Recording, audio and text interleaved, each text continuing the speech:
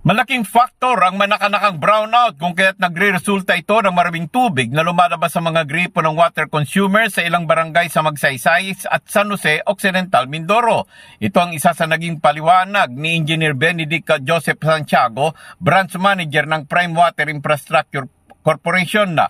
Sa isinagawang dialogo na ipinatawag ni Sangguniang Bayan Committee on Health Chairman Dr. Mirna Sapanta na dinaluhan ng tanggapan ng Prime Water, San Jose Water District Contract Monitoring Unit, Municipal Health Office, Sanitary Division, Office of the Municipal Mayor at iba pang may kaugnayan sa usapin ng tubig.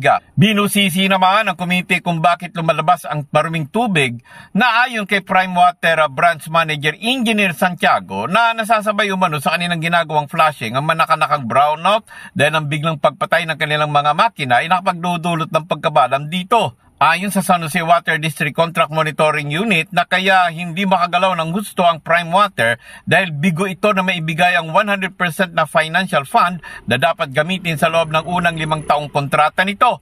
Ang nailatag pa lamang ng mga ito ay 30% kung kaya't bigo itong gawin ang mga rehabilitation sa mga linya at iba pa. Nangako naman si Engineer Santiago na sa Nobyembre 1 ng taong kasalukuyan ay magiging normal na ang daloy ng tubig sa mga gripo at asahan ng malinis na ang lalabas dito. Para sa tapat at totoong kaganapan, nagbabalita, Marraro at your service.